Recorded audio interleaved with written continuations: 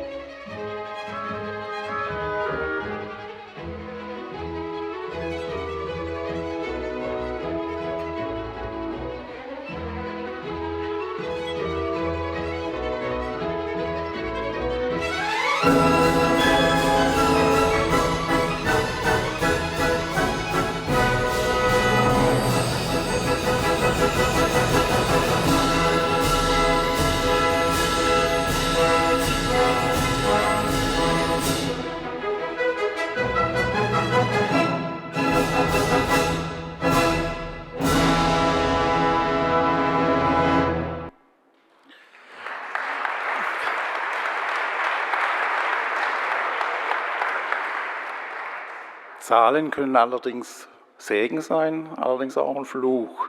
Wir kommen gleich zu der anderen Seite der Medaille.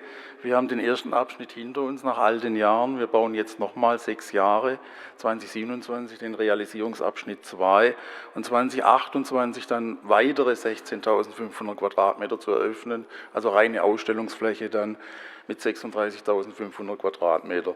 Damit können Sie erahnen, was das auch für unsere Depotgeschichte bedeutet und wie viele Vorredner schon. 2011 begann der Weg und man war sich einig, okay, für 68 Millionen bekommen wir ein Depot. Man schaut sich um nach einem Baugrundstück, man macht es gründlich. Das sind dann 2014, hat man ein Baugrundstück gekauft.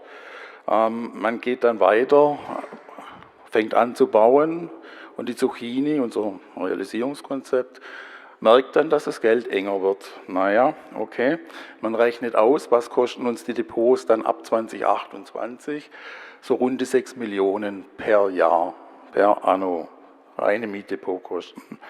Verwaltungsrat aufgrund der Zwänge stimmt dem natürlich zu, Zentraldepot macht Sinn. Es wird inzwischen eine Evaluierung durchgeführt, wir bekommen die Note, naja, nicht ausgezeichnet, würde ich mal sagen.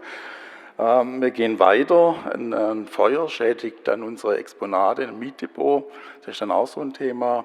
Wie groß ist die Sicherheit in diesen Mietdepots? Wir stellen uns dann ein Konzept vor, ein Depot, wo man auch Leute einladen kann, Schaudepot, knappe 126 Millionen Euro, also war ein ordentlicher Schluck aus der Pulle. Ja, es konnte nicht realisiert werden, war die Meinung vom Freistaat und inzwischen hat eine Taskforce Depot die Arbeit aufgenommen und wir arbeiten jetzt seit Covid und seit dem Ukraine-Krieg an Lösungen, finanztechnisch als auch strategisch. Wie kann man mit so einem Thema umgehen? Die Taskforce Depot, ich mache es ganz kurz, ganz klar, Bau eines Low-Cost-Depots hat das höchste Potenzial. International natürlich Benchmark-Analysen, wir machen es nicht einfach. Wien war das beste Modell als Low-Practice-Geschichte. Wir haben uns aber auch für die Zukunft orientiert, wie müssen eigentlich Mietverträge ausschauen und das flächenneutralen Sammeln. Also eine Bohrinsel geht rein, eine Bohrinsel geht raus. Wir haben ja auch größere Exponate. Das muss man einhalten und das ist nicht immer einfach. Also das ist oft eine Diskussion. Dann war der Zins recht günstig bei 1% und man hatte die vage Vorstellung, man könnte das selber aus dem Haushalt finanzieren. Ja, dann kamen leider andere Ereignisse wie der Ukraine-Krieg und die Inflation, die das dann ganz schnell überholt haben. Und wir haben dann natürlich nach Finanzierungslösungen geschaut und eine Ausschreibung, eine Flächenentlastung hinzubekommen, indem wir vielleicht große Exponate, robuste Exponate in vielleicht nicht so optimalen Hallen unterbringen. Im Januar 2022 waren wir noch zuversichtlich, 1% der Finanzierungssatz, da hätte es der Haushalt noch geschafft, sage ich mal, und dann kam aber vieles anders. Und auch der Weg, wie wir die Ausschreibung und die Vergabe vorbereiten musste, man sieht es, die Vergabe war dann im September, oder Zuschlagsenteilung Anfang Oktober an die Kanzlei Luther und da war die Welt eine andere, muss man ganz klar sagen. Wir haben schon gehört von den Kollegen, 9 Depots scheint hier ein Standard zu sein. Wir haben 122.000 Exponate, ein bisschen mehr. 53.000 Quadratmeter Depotfläche aktuell, davon bezahlen wir 38.000 Quadratmeter. Aktuell 3,6 Millionen dieses Jahr, ich habe mich schon gefreut, steigt wieder weiter an, auch nächstes Jahr. Und vielleicht die Zahl, wo dahinter steckt, wir zeigen nur 4% unserer Exponate, 96% stecken in unseren Depots. Und deswegen ist es für uns von der Größe her ein echtes Thema.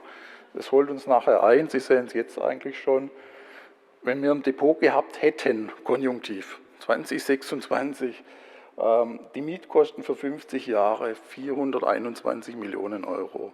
Ich bin Schwabe, mir bricht das Herz. Also, das kann nicht sein, ein verlorener Aufwand, leere Kilometer, Entschuldigung. Aber naja, wir haben bisher noch niemanden gefunden, der uns da hilft. Schaut man sich die Auswirkungen Ukraine, Inflation an, dann selbst unser Low-Cost-Depot, was wir dann notgedrungen entwickelt hatten mit 72 Millionen, also ein reiner Zweckbau, kein Schaudepot, reiner Zweckbau, sind die Kosten inzwischen auf 100 Millionen angestiegen. Auch das packen wir jetzt nicht mehr. 100 Millionen ist schon eine ordentliche Summe und unsere Politik hält sich vornehm zurück momentan. Schaut man sich die Rahmenbedingungen an. Jeder von Ihnen hat den Haushalt. Wir haben wahrscheinlich andere Zahlen wie Sie, aber man kann das runterbrechen. Inflation vorher 2, jetzt aktuell 6,4. Unsere Mietverträge von den Depots, die steigen permanent an. Wir rennen nur noch hinterher. Der Tarifvertrag steht Ende des Jahres an. Ich freue mich immer für alle Kolleginnen und Kolleginnen und selber natürlich auch. Aber bei uns ist das eine ordentliche Steigerung im siebenstelligen Bereich.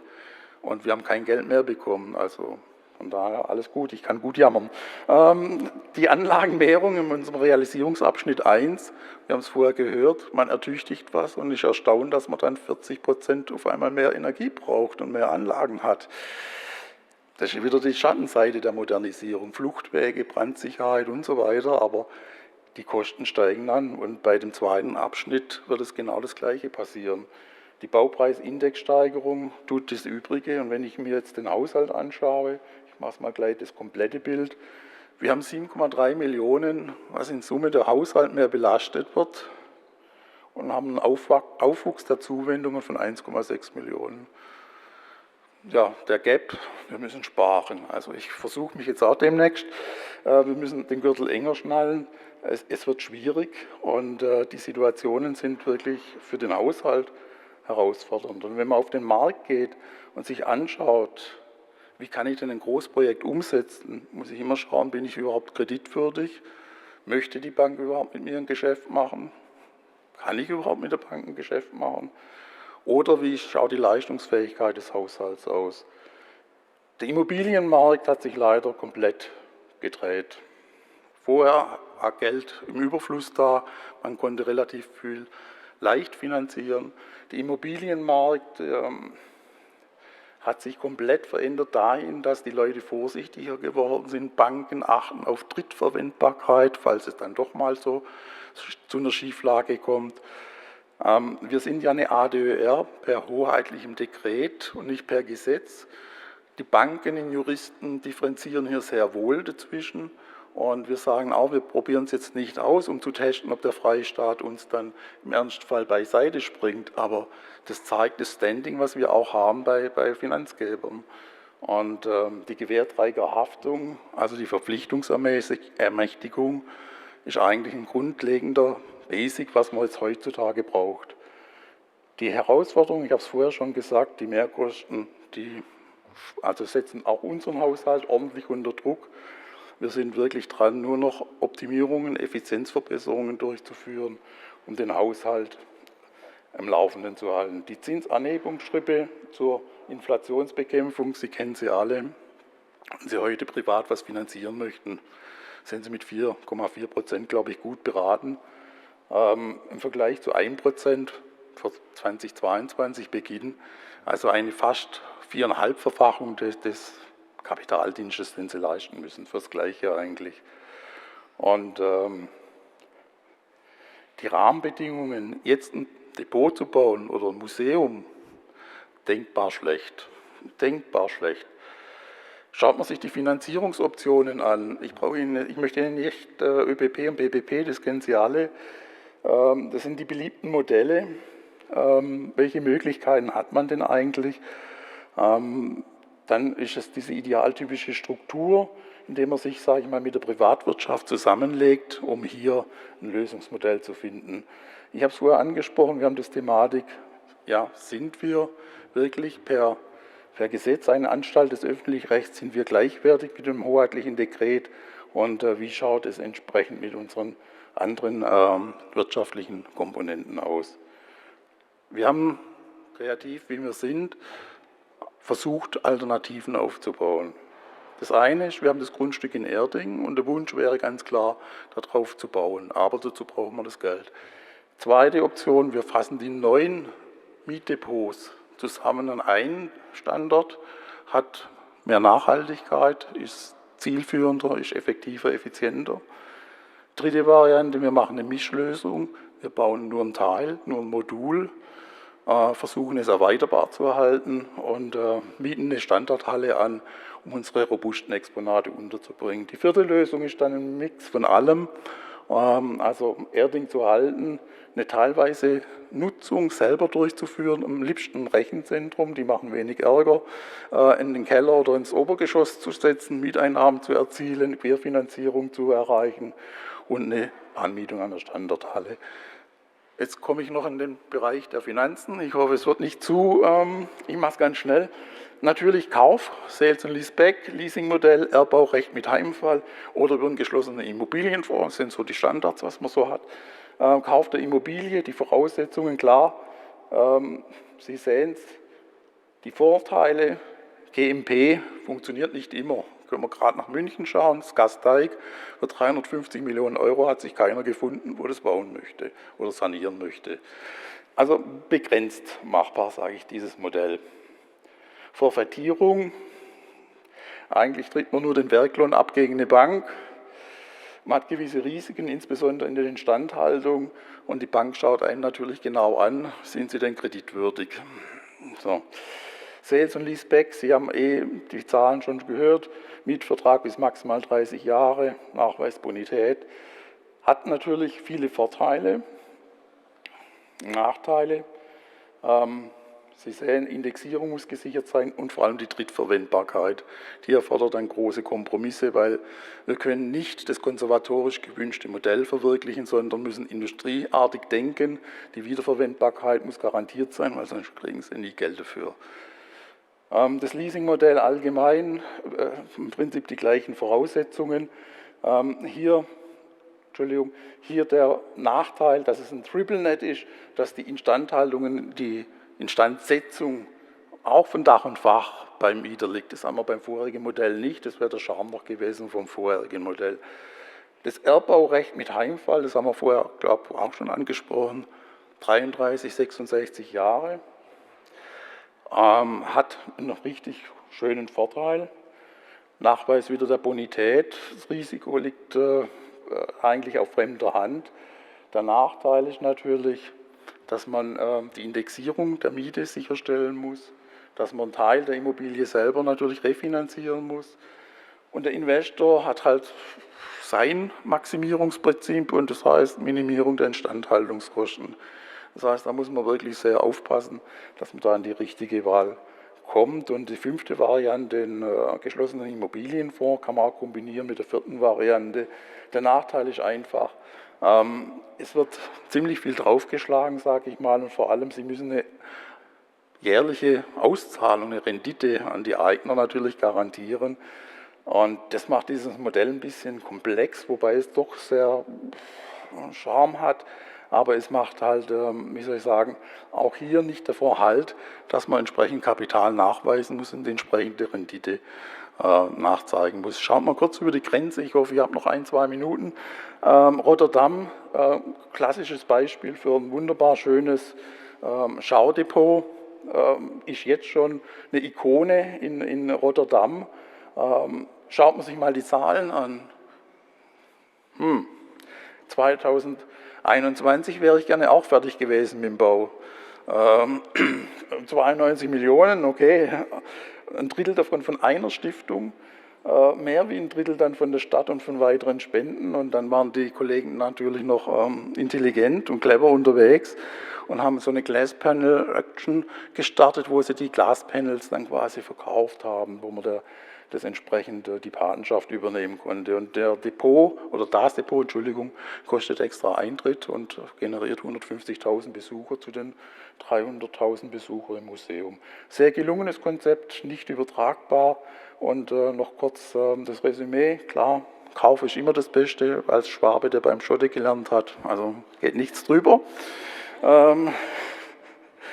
Es ist immer die Frage, was kostet es, was bringt es? Und Design to Budget, muss man auch ganz klar sagen, ist notwendig. Wir haben oft Vorstellungen, Die muss man back to the roots, wieder zurück auf die Erde kommen. Manchmal ist auch das Zweitbeste für uns noch ausreichend. Es muss nicht immer das Beste sein. Vor allem haben nicht alle Exponate die gleichen Anforderungen. Da muss man zwangsweise in Modulen rechnen und arbeiten. Wenn wir ein Exponat mit 50 Tonnen Traglast irgendwo hinstellen, dann kann sich jeder vorstellen, dass wir da eine andere Bodengründung brauchen. Aber die ganze Fläche im Erdgeschoss damit so auszugestalten, wäre finanziell oder kaufmännisch nicht sinnvoll. Rahmenparameter beeinflussen unser Geschäft, ist auch klar. Ich habe es angesprochen mit der Qualität und das Beste ist, Sie kennen jemanden, der viel Geld hat. Und wenn Sie den kennen, den können Sie auch gerne weitergeben. Also wir freuen uns, von Ihnen dann zu hören. Und es ist einfach ein unheimlich komplexes Thema, weil auch die Umzüge liegen bei uns, würden sie liegen zwischen 10 und 14 Millionen Euro. Das heißt, sie ziehen nicht jedes Jahr um. Das macht überhaupt keinen Sinn. Und wenn Sie ein Mietdepot haben über 5 Jahre, 10 Jahre, da kommen Sie auch nicht hin. Das heißt, Sie müssen wirklich 30, 50 Jahre Kategorien andenken und nur dann ist es eine Variante, aber die Miete insgesamt, wie gesagt, ich erinnere an die 421 Millionen Euro verlorenen Aufwand. In diesem Sinne herzlichen Dank.